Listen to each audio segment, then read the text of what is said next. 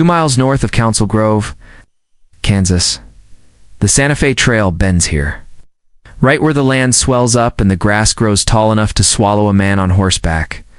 Travelers heading west in 1879 noticed the farm from a distance.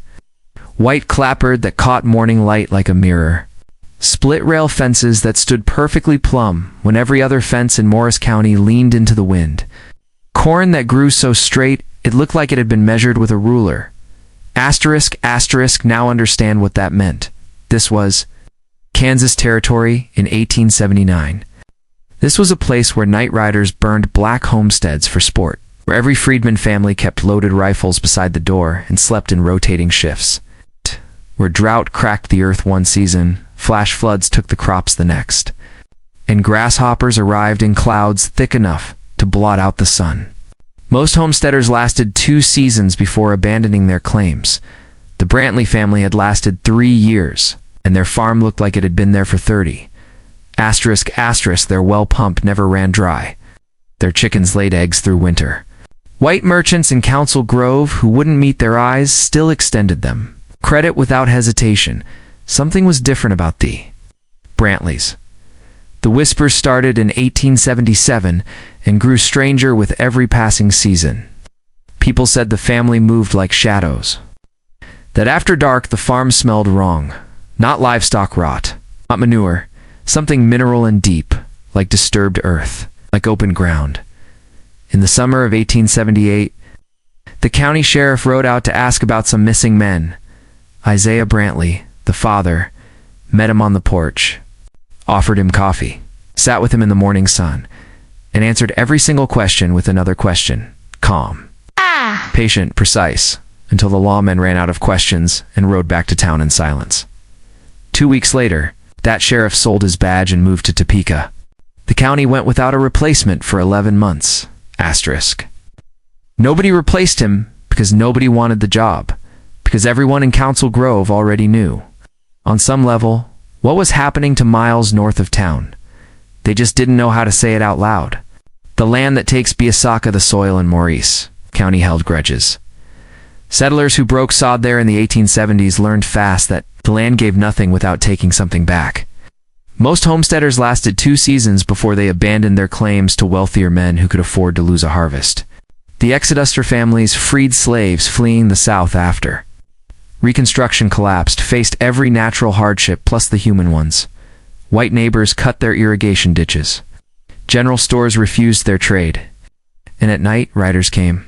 The Brantleys filed their claim in April of 1876. The same month, George Armstrong. Custer marched his men toward the Little Bighorn. Isaiah Brantley signed the paperwork with a careful X at the land office in Council Grove.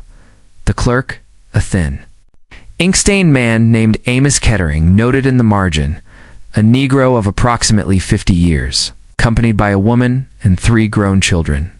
The claim covered 160 acres of tallgrass prairie on the north side of Skunk Creek, out where the ground rolled in long swells like frozen ocean waves. Previous owners had lasted 6 months before a barn fire sent them fleeing back to Illinois.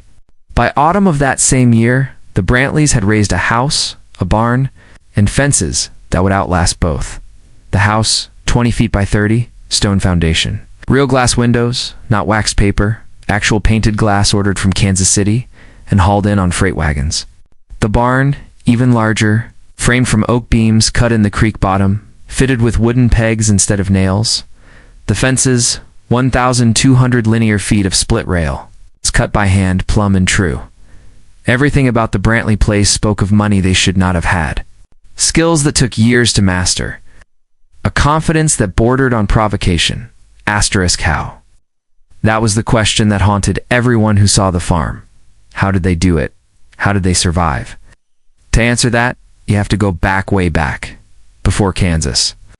Before the war, before freedom, you have to go back to a plantation in Mississippi in 1826, where a boy was born into chains and taught himself to see things other people couldn't see. Asterisk. Isaiah Brantley was 12 years old when his master first noticed. The overseer had lost a dog, a good hunting hound, somewhere in the swamp behind the cotton fields. The other slaves had looked for hours and found nothing. Then Isaiah pointed to a bent grass stem at the water's edge. A stone that had been turned wrong side up. The faint press of a paw in mud 2 days old. He found the dog in 20 minutes. Nobody had taught him this skill, simply saw what others missed. Master Josiah Whitmore bred hunting dogs for neighboring plantations. He also rented out his most capable slaves for specialized work. When he discovered what Isaiah could do, track a man through standing water by reading the displacement patterns in 3D old mud, he made a business decision. Isaiah was now Whitmore's most valuable asset. By the time Isaiah was 19, he was tracking runaways. He worked with 2 dogs, a blue tick hound named Saul and a bloodhound called Mercy, and he could follow a week-old trail in drought conditions. Plantation owners paid $20 per captured fugitive, plus expenses. Isaiah was the most effective tracker in 3 counties. He knew how runaways thought because he thought the same way himself every single day. Water runs downhill, moss grows north. The moon rises in the east. A man running for his life will always move toward trees, toward water, away from roads. He learned to think like prey, and then he used that knowledge to become the perfect predator. Between 1845 and 1861, Isaiah Brantley found 63 people. That number doesn't come from his memory. It comes from Josiah Whitmore's ledger, a leather-bound book that tracked every transaction involving Isaiah's labor. Every payment received, every runaway returned. Asterisk 63 people who thought they were free. 63 people who felt the dogs on their trail. 63. Yep. People brought back in chains because Isaiah Brantley was the best at what he did. Oh. And what he did kept his family alive. Whitmore was not stupid. He understood that Isaiah was dangerous. But he also understood that sentiment made a man less effective, so he never allowed Isaiah to marry. He kept him carefully isolated, fed well, watched closely, never beaten, never sold. But Whitmore made one critical mistake. In 1857, he purchased a woman named Ruth from a failing plantation in Alabama. Ayuta, Truth, was a house slave who had taught herself to read. She'd stolen her mistress's prayer book and spent years sounding out words in the cellar by candlelight. By the time she arrived at Whitmore Estate, she could read anything put in front of her. She was 22 when she arrived. 31 when the war started. Whitmore chose to ignore the attachment that formed between Ruth and Isaiah because Ruth kept the kitchen running and Isaiah kept bringing runaways back. It was a transaction, a motion in exchange for productivity. Ruth bore 3 children between 1852 and 1855. Caleb, Esther, Samuel Whitmore allowed Isaiah to claim them as his own. Asterisk, that was the gift. Or what passed for a gift in a system where your children could be sold at auction before they learned to walk. 1861, then the nation tore itself in half. Master Josiah Whitmore enlisted as a captain in the Mississippi Cavalry and left his plantation in the care of his brother-in-law, a man named Nathaniel Cross. Cross believed that enslaved people required regular beatings to remain obedient. This was not unusual. What was unusual was that Cross had no sense of proportion. In August of 1862, Isaiah watched Cross beat a 14-year-old boy to death over a broken plow blade.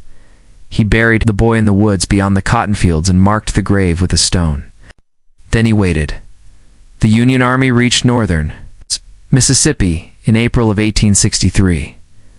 Isaiah had been watching their approach for months, tracking their movement the same way he tracked everything, through the secondary signs, the supply wagon ruts, the burned fields, retreating Confederate forces left behind. On the night of April 9th, Isaiah led his family off Whitmore Estate. He followed a route he had memorized over 17 years of hunting other people, every creek crossing, every place the dogs would lose a scent, every house where sympathizers might hide them or turn them in. They moved like smoke. 56 miles in 3 days. Off roads, drinking from streams, eating raw corn stolen from cribs. They reached Union lines at Corinth on April 12th. Ruth collapsed and slept for 18 hours straight. The Union Army had a different kind of work for Isaiah Brantley. They needed trackers. Men who could find Confederate scouts, map enemy movements, identify supply routes. Isaiah agreed on one condition. his family stayed together. He demanded it in writing, notarized. A quartermaster named Benjamin Farrow signed the papers and kept his word. For 2 years, Isaiah worked behind Confederate lines, using the same skills he had used to hunt runaways, now hunting the men who had built the system that created him. He found 37 Confederate scouts between 1863 and 1865. He brought back intelligence that changed the outcome of 3 minor engagements and 1 major cavalry action near Tupelo. He was never commissioned, never paid more than $10 a month, never mentioned in any official dispatch. When the war ended, he received a mustering out certificate and a script for 40 acres of land in Kansas Territory. The war taught the Brantleys what they already suspected. White men would always come for them. The only question was whether they would be ready. By 1866, the Brantleys had moved to Kansas and settled on bottom land near Fort Leavenworth. Isaiah tried farming, lost his corn to cutworms in 1867, lost his wheat to hail a week before harvest in 1868. The land, it turned out, did not respond to watching and patience. It required brutal, repetitive labor that left Isaiah feeling caged. Then, in the spring of 1869, a man came to their door at midnight. His name was Thomas Greer. He was a freedman who had testified against 2 white men for stealing his horse. The men were acquitted. 3 days later, a gang calling themselves the White Brotherhood came for Greer. He ran. He ran until he couldn't run anymore, and knocked on the first door he found that had a lamp still burning. Isaiah listened to the story. He looked at Ruth. He made a decision. He would hunt the men who were hunting Thomas Greer. It took 4 days. He found them camped in a ravine 7 miles south, drinking whiskey, laughing, completely convinced they had all the time in the world. Isaiah waited until dark. Then he moved through their camp like something that had learned to walk. It's upright but remained fundamentally other. He didn't kill them. He didn't need to. He took their horses, their weapons, and their boots, left them alive 5 miles from the nearest settlement in country where rattlesnakes outnumbered people. When Isaiah returned home, Thomas Greer was already gone, headed west with new boots and traveling money Ruth had pressed into his hands, but word of what Isaiah had done spread through freedmen communities like fire and dry grass. Within 6 months, 3 more families came to his door at night. He helped every one of them. By 1876, when they filed their homestead claim in Morris County, Isaiah and Ruth had helped 41 families escape night riders, vigilantes, and Klan remnants. They had never lost a single person. They had never been caught, and they had learned something crucial. The best defense was not to hide, it was to make predators afraid to hunt. The farm in Morris County was not a homestead. It was a fortress disguised as one. The first thing Isaiah did after filing the land claim was walk the entire 160 acres in a grid pattern. He spent 3 weeks on this survey, returning each evening to sketch maps on brown paper Ruth had saved from supply packages. The maps showed elevations, sight lines, natural choke points, in areas where the tall grass grew thick enough to hide a man lying flat. Caleb, Esther, and Samuel helped him mark the ground. They drove stakes at 50-foot intervals, each notched in a pattern only the family understood.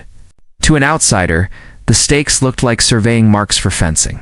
In reality, they marked the borders of killing zones, places where a man on horseback would be silhouetted against the sky, or funneled between 2 rises that converted into a crossfire.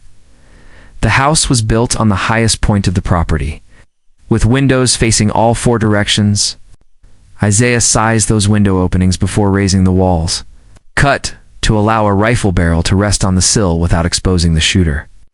The walls were 2 layers of clapboard with 6 inches of packed dirt between them, enough to absorb some of a bullet's force. The roof was cedar shakes, less likely to ignite from a thrown torch brand than thatch or tar paper. The barn was positioned 100 yards southeast of the house, far enough that a fire wouldn't spread. Close enough to reach during a fight. Inside the barn, Isaiah built a false floor over a cellar dug 8 feet deep. The cellar held water barrels, preserved food, ammunition, and weapons wrapped in oilcloth. A tunnel led from the cellar to the creek bed, surfacing behind a rock overhang. If the house and barn were overrun, the family could retreat underground and emerge a quarter-mile away? No. One outside the family knew about the tunnel. Samuel did most of the digging. Working at night so neighbors wouldn't see the soil piles, he scattered the displaced dirt across different parts of the property, spreading it thin enough that grass grew over it within weeks. The fence came next. 1,200 linear feet of split rail, cut from trees in the creek bottom and hauled up slope on a stone boat. The fences followed the property line on the south and west, the sides facing the Santa Fe Trail, the most traveled approach. But on the north and east sides, where the land rolled into rougher country, Isaiah left the fences deliberately incomplete, gaps that looked like careless construction. Gaps that were actually gates designed to funnel riders toward prepared positions. Esther strung the bells. She used copper wire salvaged from an abandoned telegraph line and hung small brass bells through the trees along the creek. The bells were positioned to chime constantly in the wind, background noise easy to ignore. But when a person moved through the timber, even carefully, the bells rang different. Higher pitch, faster. Esther could tell from inside the house whether movement in the trees was wind, deer, or men. That was the first warning system. The second was older Ruth kept. Geese, 7 white Emden geese that had come with an Exoduster family from Ohio who stopped at the farm in 1877 and had nothing to offer in exchange for a meal except the birds. Ruth took them, knowing that geese were better than dogs for raising an alarm. Dogs could be silenced with poisoned meat. Geese were too aggressive to approach quietly, and their calls carried a quarter-mile. Ruth let them range free during the day and penned them near the front door at night. They slept lightly. They hated strangers. The third system was the children. Caleb. Esther and Samuel took turns staying awake through the night in 4-hour rotations. They sat in the dark house without lamps, letting their eyes adjust until they could see shapes moving across starlit grass. Isaiah had trained them the way he trained himself during slavery. You learned to hear the world before you tried to see it, the creak of leather saddle, the clink of a bit chain, the breathing of horses pushed too hard. By 1878, the Brantley farm had become something unique in Kansas Territory. A way station, a refuge, a place where black travelers could stop, eat, rest, and move on safer than they'd arrived. Families on the Exoduster Trail knew to look for the white clapboard house with the bell hung by the front door. If the bell rang freely in the wind, the house was safe. If it hung silent, wrapped in cloth, travelers should keep moving. Ruth fed people at a long table in the kitchen. Cornbread and beans, fried chicken when they had it, always coffee. Isaiah sat at the head of that table and asked questions that sounded like casual conversation, but added up to intelligence. Where are you coming from? What did you see on the road? Any riders following? How many? Which sheriffs are looking the other way?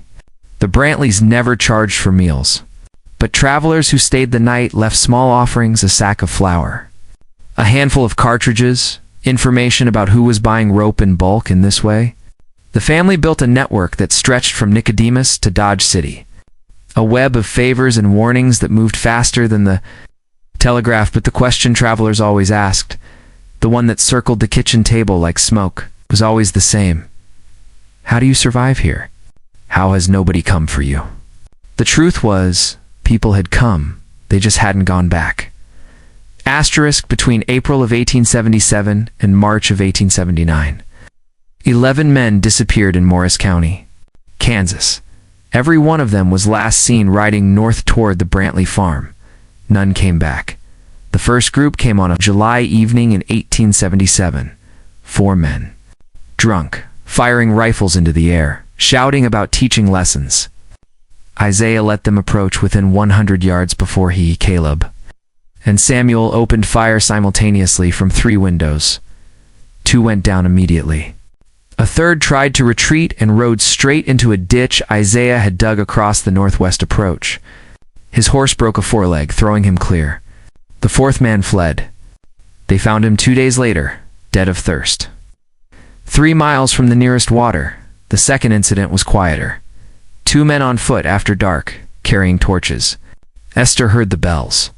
Ruth released the geese. The men tried to outrun them and ran straight into barbed wire Caleb had strung at shin height between 2 fence posts. They fell forward, screaming. Samuel shot them where they lay. The third incident involved 5 riders. Isaiah recognized 2 of them, merchants who sold flour and tobacco in Council Grove. He didn't shoot them on approach. Instead, he waited until they were inside the property line and pulled a system of ropes rigged through pulleys to collapse the trail behind them. Trees fell across the path, cutting off retreat. The men panicked and rode toward the barn. Caleb was waiting in the loft. Asterisk none of those 5. Men rode out. The disappearances spread as warnings through wagon train whisper networks. Stay clear of the Brantley place. Something's wrong there. But warnings passed between white men had a way of becoming invitations. The more men disappeared, the more certain their communities became that something needed to be done. By March of 1879, those men had organized. They called themselves the Council of Preservation, and they were coming. Asterisk. February 14th, 1879. Valentine's. Day 7 men gathered in the back room of Kettering's General Store in Council Grove. Amos. Kettering was 32 years old, balding, hands permanently stained by ink. He was not a violent man by nature. He believed in order, and the Brantley situation represented disorder he could no longer ignore. He opened the meeting with a ledger, not the one from the land office. This was personal. He had been keeping records of missing men for 30 months. He read the names aloud. Cyrus Holt disappeared July 1877. James and Tobias Glenn, same month. Martin Overeat, October 1877. The list continued. 14 names spanning 30 months. We know where they went, Kettering said. We know what happened. The room included a banker named Elijah Moss, a minister named Hiram Stokes, several merchants, and men who had been Klansmen or who sympathized with those who had been. The federal prosecution of the Klan in Kansas had driven the organization underground, but it hadn't changed the minds of the men who'd belonged to it. The banker asked the question no one else would voice. Are we certain? 14 men is a lot to kill without someone noticing. Kettering tapped his ledger. Every man who went missing was last seen heading toward that farm. Either the Brantleys are killing them, or they're the unluckiest neighbors in Kansas territory. Have you spoken to the sheriff? We don't have a sheriff. Asterisk, everyone knew why they didn't have a sheriff. Willard had visited the Brantley farm and left so rattled he sold his badge within a week. The story he told later, drunk in a Topeka saloon, that man was measuring me. Same way you measure a coffin. Kettering's plan was simple. 20 men, armed, approaching in daylight. Not as night riders, as citizens. They would surround the house. Call Isaiah out to answer questions about the missing men. If he refused, or if the family fired on them, they would burn everything and force them into the open. The minister. Stokes asked the question everyone was thinking but framing differently. Is this lynch law? No, Kettering said patiently. Lynch law is mob action without structure. We're not a mob. We're a council. We have rules, records, a chain of command. We're bringing order to chaos. Asterisk, the distinction satisfied everyone except Reverend Stokes, who said nothing, but made a mental note to be elsewhere when the council rode out. This was not opposition. This was a different kind of participation. Endorsing the conclusion while remaining absent from the method, Stokes had been perfecting this particular moral performance for 20 years. The council set a date. March 23rd, 1879. Attack at dawn. They spent 2 hours planning. They would recruit additional men to bring the total to 21. They would approach from the west on the widest trail. They would have rifles, revolvers, torches. And Kerosene made one final entry in his personal ledger. Council of Preservation established. February 14th. Purpose: restore order to Morris County. First action, March 23rd, he locked the book in his store safe, where it would sit untouched for almost a century. Asterisk. Here's what happened in the 6 weeks between that meeting and March 23rd. Rebecca Holloway ran the boarding house 2 blocks from Kettering's store. She was 53 years old, a widow who had survived cholera, the deaths of 2 children, and the collapse of her husband's freight business. She had been standing on her porch the night of February 14th, when she saw 7 men slip into the alley beside the store. She recognized all of them. She said nothing. On February 16th, a black woman named Sarah Corbin stopped at the boarding house with her husband and 2 children, heading west. Rebecca fed them in the kitchen. Sarah talked about stopping at the Brantley farm the previous night. Good people, she said. Fed them till they couldn't eat another bite. Told them which roads to avoid. Rebecca wanted to warn her. She said nothing. She gave Sarah an extra loaf of bread and accepted no payment for the meal, and told herself this was kindness enough. Thomas Gareth, the blacksmith, reshod horses for 3 council members in the week before March 23rd. New shoes all around. Double-checked fit, extra nails.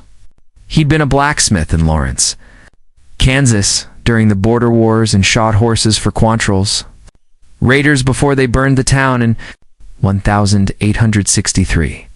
He knew exactly what the careful preparation of horses before violence smelled.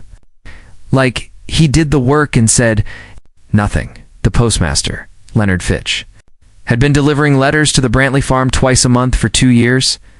Letters from Nicodemus Leavenworth, Indian Territory. Someone was coordinating communication between black communities across Kansas. Fitch believed this was dangerous. He'd considered reporting it to federal authorities. He delivered the letters and said nothing. Asterisk. 21 men knew the attack was coming. Their wives knew. Their children knew. The storekeepers who sold them rope and kerosene knew. The stable hands who prepared their horses knew. At least 60 people in Council Grove and the surrounding farms had enough information to warn the Brantleys. Not one of them did. This was not exceptional. It was ordinary. The mundane math of complicity. Speaking up meant becoming a target yourself. Staying silent cost nothing except a night's sleep. Most people chose sleep. Asterisk. Ruth was hanging laundry when Caleb returned from town on March 11th. He drove the wagon around back instead of leaving it by the barn. Their signal for sensitive information. The family gathered in the kitchen. Isaiah cleaned his rifle at the table. Esther kneaded bread. Samuel sharpened knives in the corner. They worked while they talked, maintaining the fiction of normal life. Kettering is organizing something, Caleb said. 20 men, maybe more. I heard 2 merchants talking outside the bank. Isaiah didn't look up from the rifle. Any names? Caleb gave 7 names. Isaiah committed them to memory. He never wrote things down. Paper could be discovered. Everything stayed in his head. Names, faces, habits, patterns. Esther spoke without stopping her work. They'll come at dawn. That's when people are slowest. Do we leave? Samuel asked. It was the question they always circled back to. They could abandon the farm tonight, load what fit in the wagon, and disappear into the black settlements farther west. Nicodemus would take them. The all-black towns in Indian Territory would take them. They could start over. Isaiah set down his rifle. We've left before. Every time we leave, we lose something. This time we stay. 4 against 20, Ruth said. Right. Numbers don't matter if they're in the wrong place. We built this farm for this fight. Asterisk. Esther asked. Do we warn them off? Give them a chance to turn back. No, Isaiah said. If they come armed, they've already made their choice. We don't owe them mercy they wouldn't show us.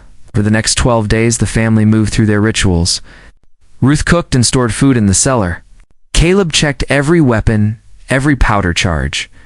Esther walked the property at night, memorizing the placement of bells and wires.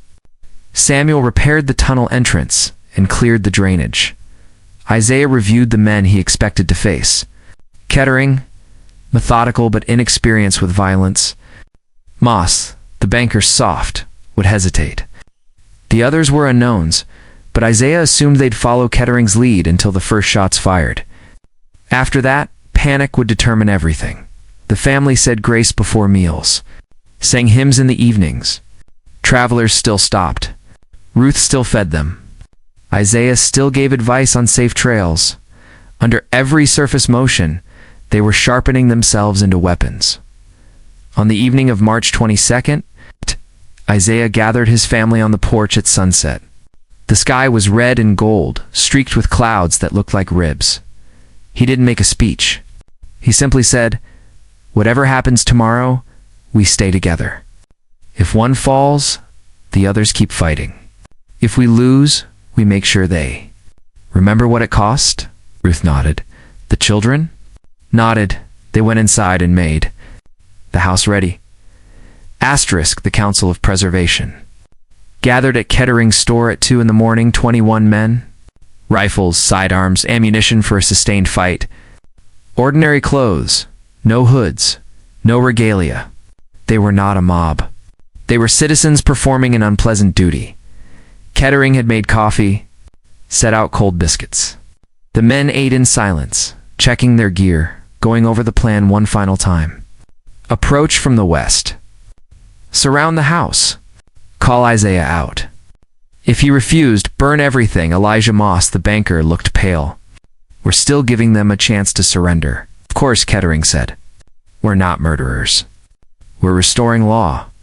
Everyone in that room understood that the distinction depended entirely on whether the Brantleys came out peacefully.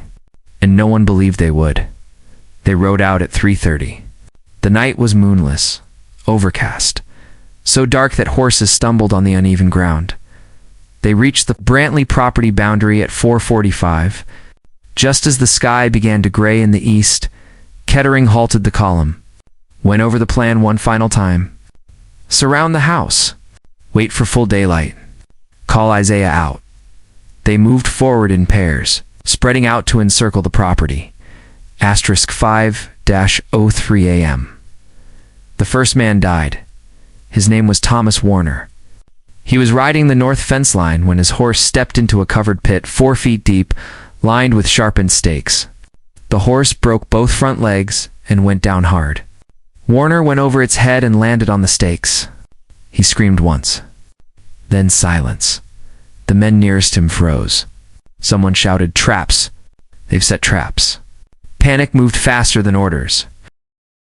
A second man rode into barbed wire strung between trees at neck height. The wire caught him across the throat and pulled him backward off his horse. He hit the ground choking. A third man's horse stepped on a board studded with nails. The horse reared, threw its rider. The rider scrambled up and ran, made it 20 yards before rifle fire from the house caught him in the leg. The farm was not a homestead. It was a trap with a house inside. Kettering understood too late. The gaps in the fence were not gaps. They were gates, designed to funnel riders into kill zones. The trails that looked safe were precisely where the Brantleys had placed wires, pits, and sight lines. "Fall back!" Kettering shouted. "Regroup at the trail." But falling back meant crossing ground they'd just ridden over. Ground that was no longer safe. Isaiah fired from the front room. Caleb from the loft window. Esther from the kitchen. Samuel from the barn. Each shot was aimed, spaced, deliberate, designed to make the raiders believe there were far more than 4 defenders. Men were shouting. Horses were screaming. The sky was growing lighter, which meant the Brantleys could see their targets clearly while the raiders were silhouetted against the rising sun. By 5:20, the Council of Preservation had fired, perhaps, 50 rounds and hit nothing. The Brantleys had fired fewer than 20 rounds and hit 6 men. 3 fatally. Moss rode up to Kettering. His face was the color of ash. "We need to retreat. This was a mistake. We can still burn them out." "How?" "We can't get close enough to throw torches." It was true. The house sat on open ground with no cover. Anyone approaching on foot would be shot before reaching the porch. And riding meant crossing the same ground where 3 men had already died. Kettering made a decision. Pull back to the trail. Surround the property from distance. Wait them out. Even as he said it, he knew it was wrong. The Brantleys had water, food, ammunition. The council had none of those things. They had wounded men and panicking horses. This was not a siege. This was a rout. Asterisk. They retreated to the trail at 5:35, leaving 3 dead and 2 wounded behind. Kettering counted heads. 18 accounted for, but 21 had started. 3 were dead that left 18. He counted again. 17. Someone was missing. Jacob Fuller had ridden toward the creek when the shooting started. No one saw where he went. He would never be found. The council spent the day in a makeshift camp half a mile from the property, taking turns watching the house through a spyglass. No movement visible. The Brantleys stayed inside. At 3 in the afternoon, a supply wagon arrived from Council Grove. Rebecca Holloway had sent food, cornbread, salt pork, bandages, and a note that said simply, "Finish this asterisk." It was not clear whether she meant finish the fight or finish and come home. Either way, it was the only support they received. The town was watching from a distance, waiting to see who won before choosing sides. Asterisk. At 8:45. With the sky fully dark, 15 men moved toward the Brantley property. 6 had refused to go. Fear, injury, exhaustion, but 15 was enough to set a fire. They moved slowly, prone in the grass, going flat whenever they heard anything, then crawling forward. 1 hour to cover 300 yards at 9:50. They reached the barn, dark, apparently unguarded. Kettering motioned to men to circle and approach from the far side. He and 3 others would go in the front. Once inside, pour kerosene on the stored hay. I light it. Watch the family abandon the house. The plan worked perfectly, until they were inside the barn. The door slammed shut. Caleb had been waiting in the loft. He dropped a beam across the door brackets, sealing the barn from outside. The trapped men pushed, screamed, hurled themselves against the oak planks. The planks held outside. Esther lit a torch and threw it onto the cedar shake roof. The fire spread in both directions from where the torch landed. The men inside tried to break through the walls. The oak held. They tried the doors again. The beam held. Smoke poured in through gaps in the burning roof. Within 3 minutes, visibility was gone. The men outside the barn heard. Screaming, they ran. They did not try to free the trapped men. They did not try to fight. The fire, they simply ran through the dark, triggering bells, stumbling over wires, falling into pits they hadn't known existed. By 10:15, the barn was fully engulfed. 60-foot flames, bright enough to cast shadows a quarter mile away. The screaming inside had stopped. From the house, Isaiah watched through a rifle scope. He counted 7 men fleeing toward the trail, 7 out of 15 who had approached at 10:40. Isaiah saw lights moving in the cornfield west of the house. Not torches, lanterns. 5 of them, bobbing in random patterns through the stalks. The remaining councilmen watching from the trail saw them too and grew confused. Was the family evacuating? Signaling someone? Were they vulnerable? The truth was simpler. Ruth and Samuel were carrying lanterns on long poles, moving in deliberate randomness, creating the illusion of many people in motion. 3 desperate men decided to take the house. While the family was supposedly distracted, they approached from the south, reached the porch, found the front door open. They entered. Inside, silent, empty. Then they heard the sound of nails being driven. Someone was boarding up the windows from outside. They fired through the glass, shattering the frames. The boards held. They tried the front door, barred from outside. Isaiah's voice came from somewhere in the darkness outside. Calm, unhurried. You came to burn us out. Now you know how it feels. At 11:15, Ruth dropped a torch down the chimney. The house burned slower than the barn. Stone foundation, packed dirt walls, but it burned. The trapped men found the cellar. found the tunnel entrance, crawled through it, desperate. Certain they had found the one way out Isaiah hadn't accounted for. They emerged at the creek. Samuel was waiting. One man was shot immediately. The second raised his hands, begged for mercy. Samuel looked at him for a long moment. He thought about every black family that had begged for mercy from white men across 200 years of American history. Then he shot him. The third man ran, stumbling along the creek bed in the dark, falling, pulling himself up, running. He made it half a mile before exhaustion stopped him. He crawled under a fallen tree and waited for dawn. He was the only council member who survived the night. Asterisk. Dawn on March 24th broke clear and cold. The Brantley farm was unrecognizable. The house was a blackened shell, smoke still curling from collapsed timbers. The barn was gone, just foundation stones and ash. The cornfield trampled. Lanterns smashed where Ruth and Samuel had dropped them, retreating to the tunnel. Bodies lay scattered across the property like seeds.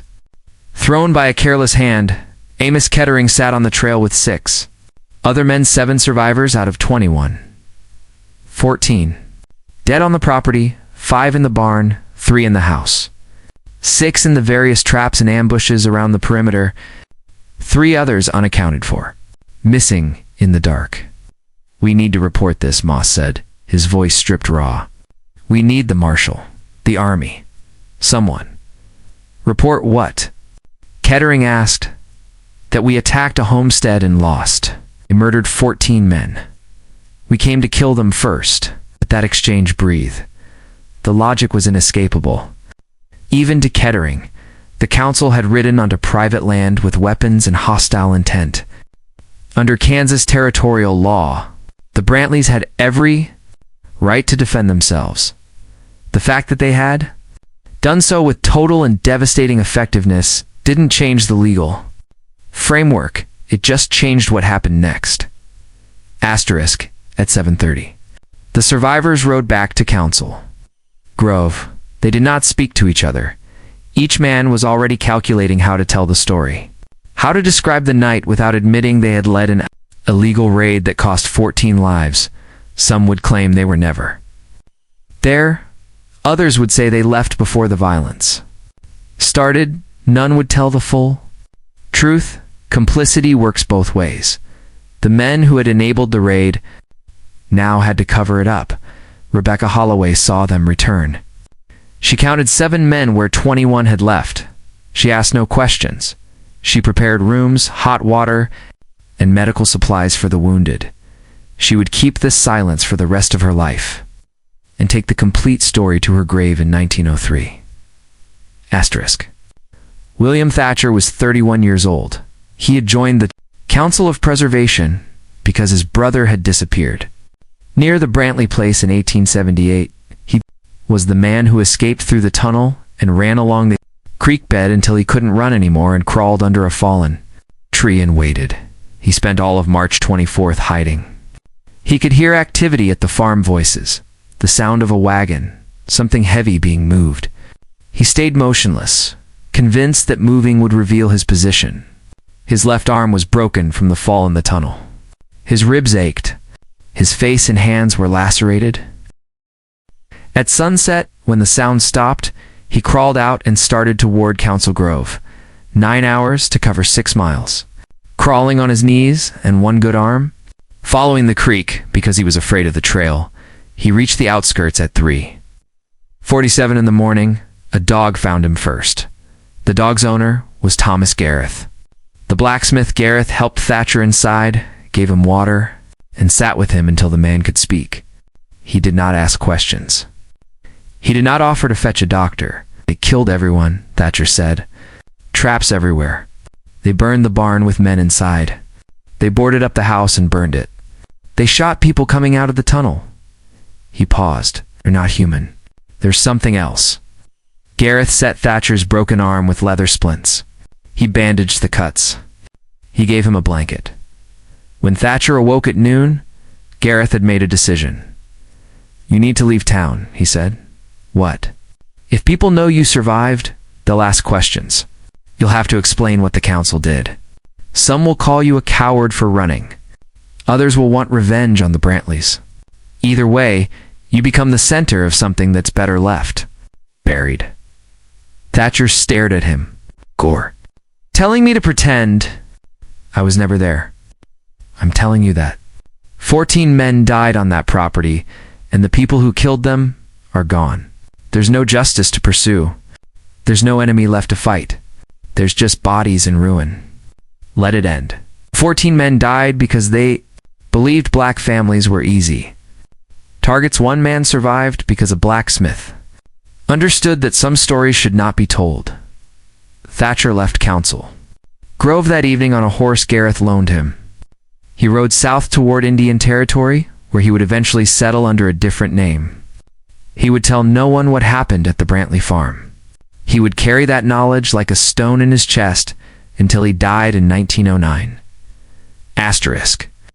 In the months following March 23rd, nearly everyone connected to the council chose silence. The families of the dead men were told their relatives had been killed in a raid. Vague details. No specifics. The bodies were buried in unmarked graves on the edges of the Council Grove Cemetery, far from the plots reserved for respectable citizens. No minister presided. No headstones were carved. The dead simply disappeared into the earth. Their names disappeared from conversation. Kettering tried to maintain a record. He kept a personal ledger documenting the council's formation and destruction. He wrote it in plain language. He believed someone should know what happened. He locked the ledger in a trunk. When he died in 1896, his widow burned it without reading it. The official story repeated in council. Grove for the next 50 years, a group of men disappeared while hunting bandits. The Brantley farm burned in a fire of unknown origin. No one was held responsible. The land reverted to the county for unpaid taxes and was sold to a cattle company. History recorded none of it. On April 2, 1879, a federal land inspector named Clayton Morris arrived in Council Grove to investigate abandoned homestead claims. His job was bureaucratic, determine whether properties were being worked per the Homestead Act or should be returned for resale. What he found at the Brantley property changed his understanding of the frontier entirely. 11 bodies scattered across a burned property, visible pit traps, wire traps between trees, prepared firing positions at every window. The remnants of a sustained and organized battle. Maurice spent 4 hours documenting the scene. His report, filed with the Department of the Interior on April 9th, ran to 12 pages. His conclusion: homesteaders engaged in organized defense against an armed attack. Attackers suffered total defeat. Homesteaders' current whereabouts unknown. The report was forwarded to the U.S. Marshal's office in Topeka. It was read, filed, and forgotten. No investigation followed. No arrest warrants were issued. The Marshal's office concluded that whatever had happened at the Brantley farm was a local matter already resolved by its outcome. Justice, in a frontier sense, had been served. Morris returned to Council Grove to ask questions and learn nothing. Every resident claimed the dead men were strangers, drifters, possibly cattle thieves. Morris noted in his personal journal, "Council Grove protects its own. Even in death." He left town on April 7th and never returned. The Morris report remained buried in federal archives for nearly a century. Asterisk, at the farm. In the smoking ruins of what they had built, the Brantley family made their calculations. "We need to leave," Caleb said. "Before the army comes? Before they send real soldiers?" Isaiah nodded. He had always known this was the possible outcome. You could defeat white raiders. You could not defeat the system that produced them. "What about the bodies?" Samuel asked. Isaiah looked at the 14 dead men scattered across his property. "Leave them. Let whoever comes find them exactly as they are. Let them see what happened when 20 men came to murder a family and the family fought back. They worked quickly, gathered what they could carry, weapons, ammunition, tools, money from the tunnel. The wagon was intact, sheltered in a ravine during the fight. They loaded it in 2 hours. Before they left, Ruth took one last walk through the ruins.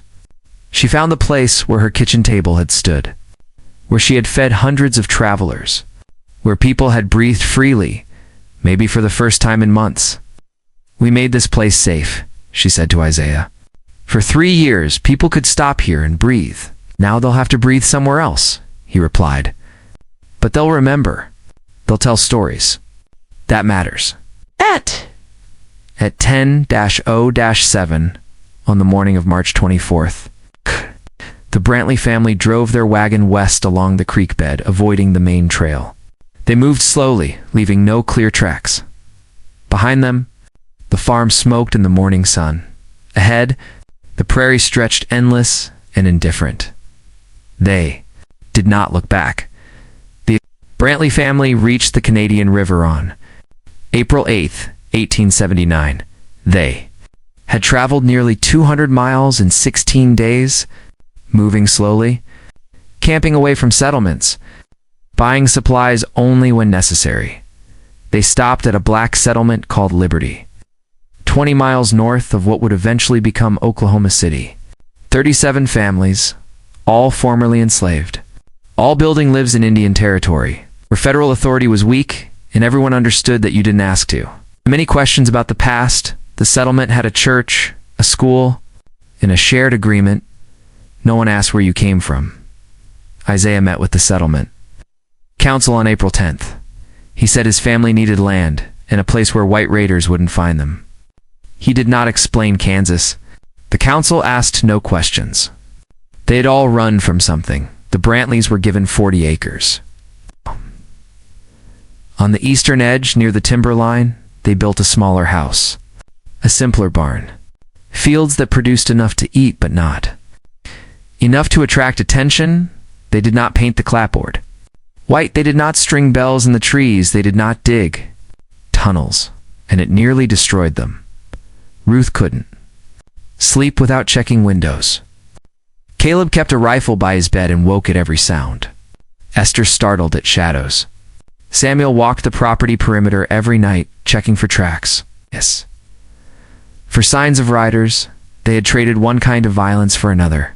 External threat had been converted to internal damage. The constant readiness that had kept them alive in Kansas now consumed them. Isaiah recognized the pattern by 1881. He saw it in Ruth's hollow eyes, in the way Caleb flinched at sudden movement, in Esther's refusal to speak to strangers. He called a family meeting. "We can't keep living like this," he said. "We can't keep waiting for the next fight." "Then what do we do?" Ruth asked. "We stop being hunters. We stop being prey. We decide we're something else." Asterisk, it was easier said than achieved. The family had spent 15 years learning to see the world as a place where violence was inevitable and preparation was survival. Unlearning that required conscious effort. Every single day, it required deciding that the man walking toward your property was not a threat until he proved otherwise.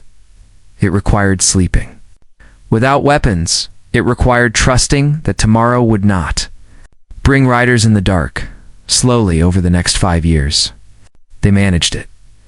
Caleb married a woman named Hannah. They had 3 children.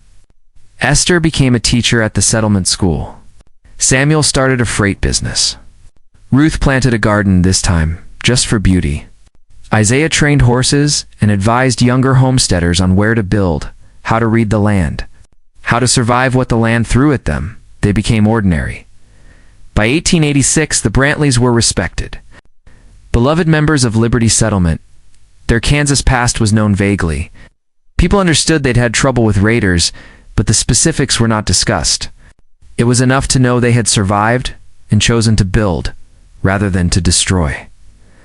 But Isaiah kept one piece of the past in a locked box beneath his bed. He kept a journal where he had recorded every name, the 63 people he'd tracked as a slave, the 37 Confederates he'd found during the war, the 14 council members who died on his Kansas property, 114 names in total. He opened the box once a year on April 8th, the anniversary of reaching liberty. He read the names silently, acknowledging them, then closed the box and put it back. Ruth found the journal after Isaiah died in 1893. She read it once, understood what it meant, and burned it. There were some memories the world did not need. Asterisk.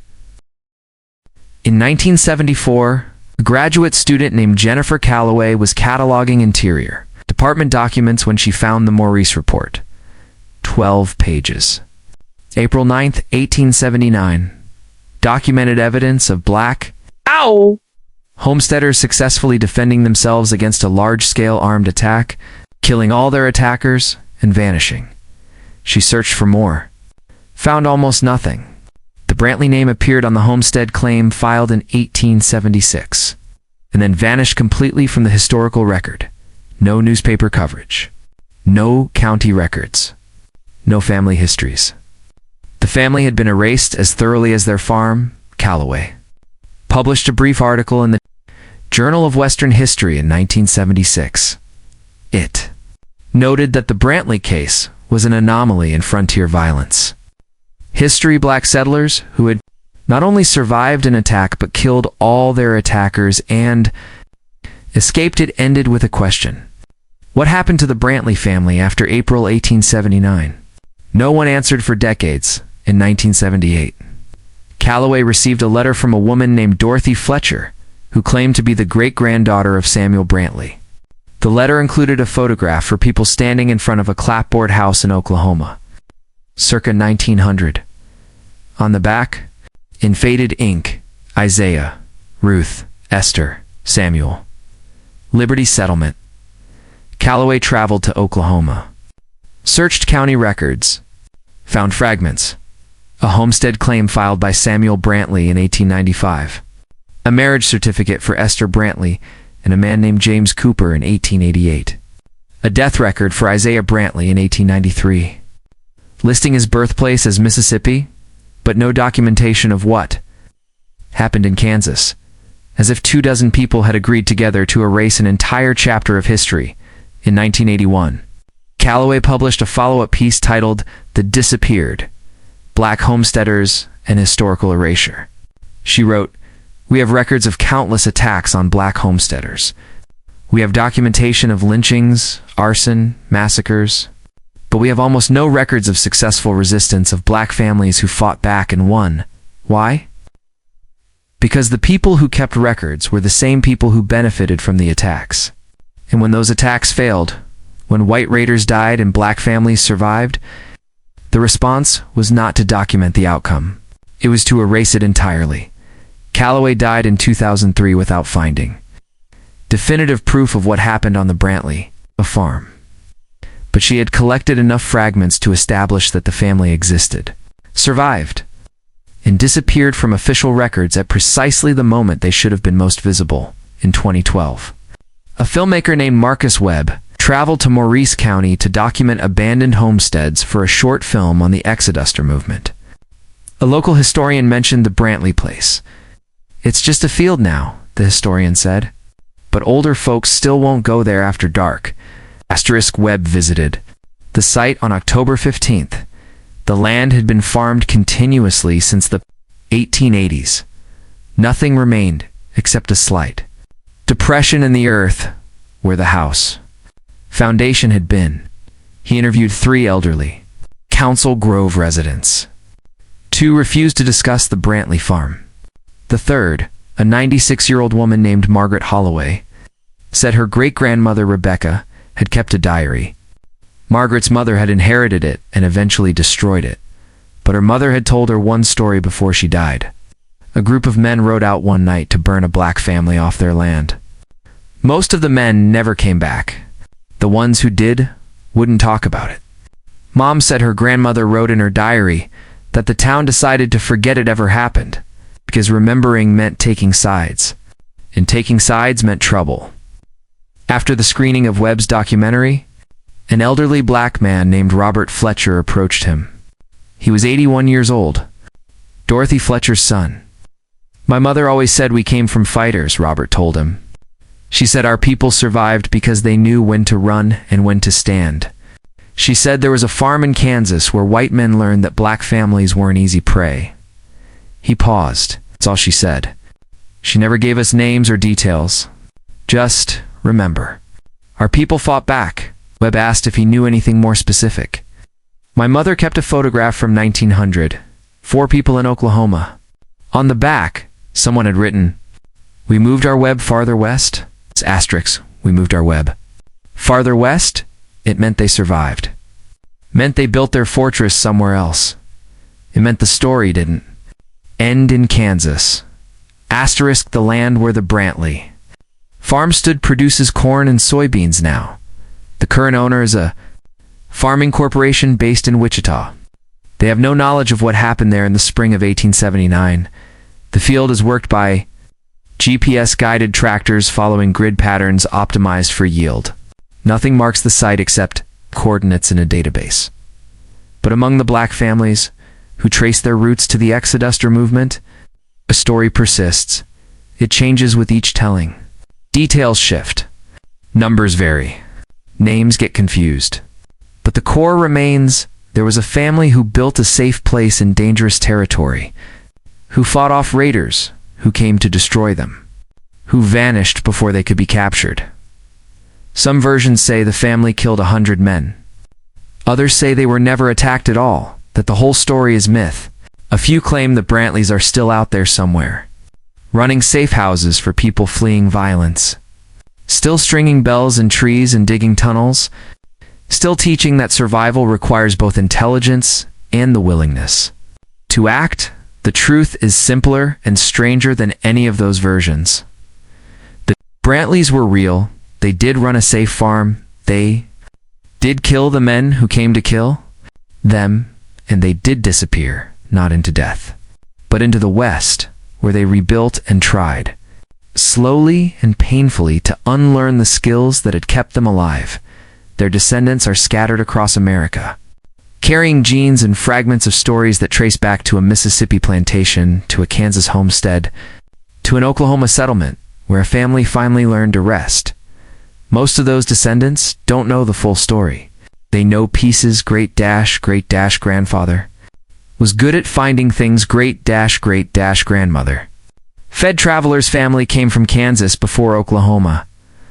The pieces don't quite fit together unless you know what you're looking for, but every few years, someone finds another fragment, a letter in an archive, a photograph in an estate sale, a mention in a forgotten government report, and slowly the story assembles itself. For people who refused to be victims, who built a fortress disguised as a farm, who taught their enemies that black families were neither helpless nor forgiving. The Brantleys understood something the Council of Preservation never learned.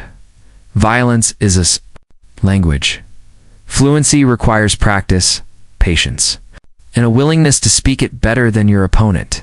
They spoke it fluently, and then, when the conversation ended, they put down their weapons and spoke something else.